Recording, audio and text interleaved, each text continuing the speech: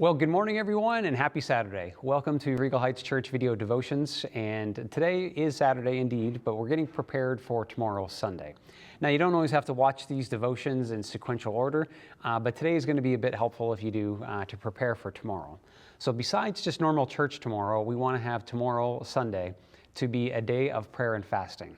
Not just for us, but for the world and our community in these very perilous times. We aim to be people of vision, to be people who, we realize that whenever something goes wrong, even when things go right, we go to the Father. And because we want to see His glory in this world, we need to make sure that we are proactive people, no matter what the situation may entail. And so today's teaching is a bit on how to pray more than we did yesterday. So we had a whole teaching on that yesterday of what is a good way to pray. And today is, what does fasting do to prayer? And what is fasting? If you recall, when we had just previously gone through the book of Mark, there was a particular healing that Jesus did where His disciples couldn't do it. And He said, well, this type comes out only with prayer and fasting. And we're taught to fast in the Bible. And some people don't understand necessarily what does it all mean and why is it beneficial. And I'll give you a few practical reasons, a few biblical, spiritual reasons, and then we'll go into how can we prepare for tomorrow. First is this: fasting is self-denial. If we are going to say fast food and not eat a meal or the meals for an entire day, what we are doing is we are self-sacrificing. We are going without so that we may, be constantly reminded that we're praying for something. When you have hunger pains and you know that you're praying for something, every time you have a hunger pain, it drives us back to prayer. So A, self-denial. B, it frees up our time. As you will have known here on quarantine, that you're making all your food at home now. And it takes a lot of brain power, as people are finding out, to make numerous meals a day for a family. And it takes a lot of time to prepare food. In the ancient world, it took even longer because you had to actually make bread from scratch, not just pull it out of the drawer. And so the next thing it does is it frees up our time to pray. So if we are fasting, we are not preparing food. And if we're not preparing food, we've got time to set aside to make an appointment with God and pray. The next thing that it shows that we really are desiring what we are praying for.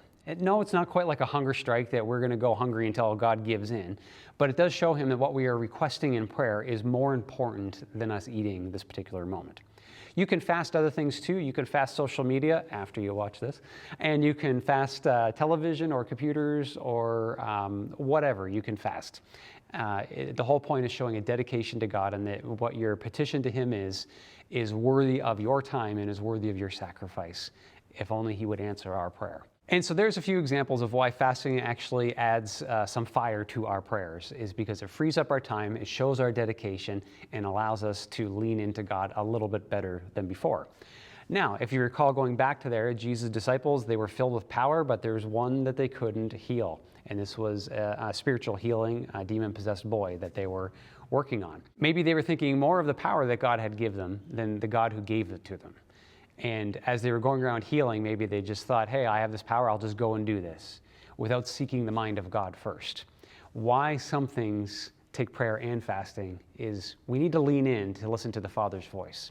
If you recall from previous episodes that we have done here, we've talked about when we're praying for one thing and we want it to happen, there comes a point in time where we need to ask, if we feel like God has been silent with us, should I be praying something different? Do you not want this for me? And so we should always be leaning in and having an ever mindful ear to what the Scriptures teach us about what we're praying about, and then what the Lord may be putting on our hearts. And so I want to encourage you tomorrow to give up something tomorrow, to make, if not a whole day of prayer and fasting, to fast something, and to periodically take times throughout the day to come back to prayer for our community, for our world, and ultimately for God's glory to be revealed in all of this. Because when God is glorified, people turn to Him. And when people turn to Him, they become saved. When people become saved, they get to live forever.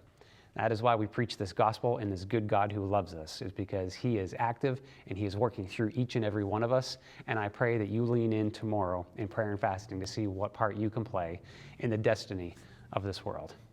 God bless you, and thank you for tuning in today.